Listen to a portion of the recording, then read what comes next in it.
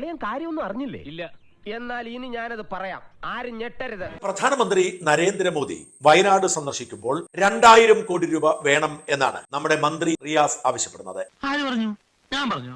വയനാടിന്റെ നഷ്ടം നികത്താൻ 2000 കോടി കുറഞ്ഞ തുകയാണെന്ന് മന്ത്രി റിയാസ് പറയുന്നു. ഞാൻ അങ്ങനെ പറഞ്ഞിട്ടില്ല. പക്ഷെ 2000 കോടി എന്ന കണക്ക് എങ്ങനെ എത്തി?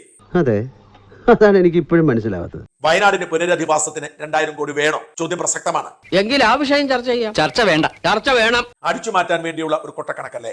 അയ്യോ, ഇനിയിപ്പോ അയ്യോ പത്തൊന്നും വിളിച്ചിട്ട് കാര്യമില്ല. ഇനി നിന്നെ സഹായിക്കാൻ ഈ ഭൂമിയിൽ ഞാനെന്നല്ല ഒരു മനുഷ്യനും സാധ്യമല്ല. സന്തോഷ് പണ്ഡിറ്റ് എന്ന സിനിമക്കാരൻ മന്ത്രി മുഹമ്മദ് റിയാസിന്റെ അവകാശവാദം പൊളിച്ചെടുക്കുകയാണ്.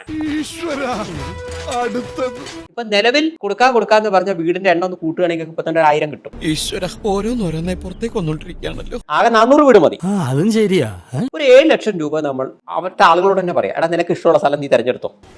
എന്നിട്ട് ഒരു 20 ലക്ഷം രൂപ മുടക്കുകയാണെങ്കിൽ ഒരു കുഴപ്പമില്ലാത്ത വീട് ഉണ്ടാക്കാം സാർ. അത്രയും വേണോ? വേണം. 2 ലക്ഷം രൂപ നമ്മൾ അവർക്ക് വീട്ടു സാധനങ്ങൾ വാങ്ങിച്ചു കൊടുക്കുന്നു, വെറുതെ ഒരു റെഡിമെയ്ഡ് സ്വപ്നത്തിൽ. നീ എന്താ കളിയാക്കണ? അവന്റെ ഒരു തമാശ. 1 ലക്ഷം രൂപ ഇവരുടെ വാടക ഇനത്തിൽ സർക്കാർ എത്രയും പെട്ടെന്ന് കൊടുക്കുക. കാച്ചേ, അതും എന്നോട്. സാർ 30 ലക്ഷം രൂപ ഉണ്ടെങ്കിൽ ഒരു കുടുംബമായി. ബ്രില്യന്റ്, താൻ ആള് കൊള്ളാമല്ലോ. 500 കുടുംബമാണ് അവിടെ ബുദ്ധിമുട്ടുന്നതെങ്കിൽ 30 ലക്ഷം ഇൻറ്റു 500 കുടിച്ചു പോകും. അതൊന്നും എനിക്കറിയാൻ മേല. അതായത് 3 കോടി 30 കോടി 30 കോടി ഉണ്ടെങ്കിൽ 100 വീടായി. അങ്ങനെ പറഞ്ഞു കൊടുക്കണ രമണ.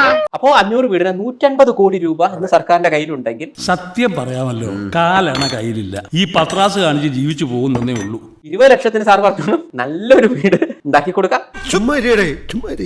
ഇതൊന്നും വെളി പറയരുത് കേട്ടോ. അത്യാവശ്യം 500 കുടുംബത്തിന് അല്ല അവർ ഇഷ്ടപ്പെടുന്ന സ്ഥലത്ത് തന്നെ അവർക്ക് കിട്ടുകയും ചെയ്തു. ഈ പ്രശ്നം സോൾവ് ആവുന്നതാണ് ഞാൻ വിചാരിക്കുന്നത്. ഈ പറഞ്ഞത് സത്യം.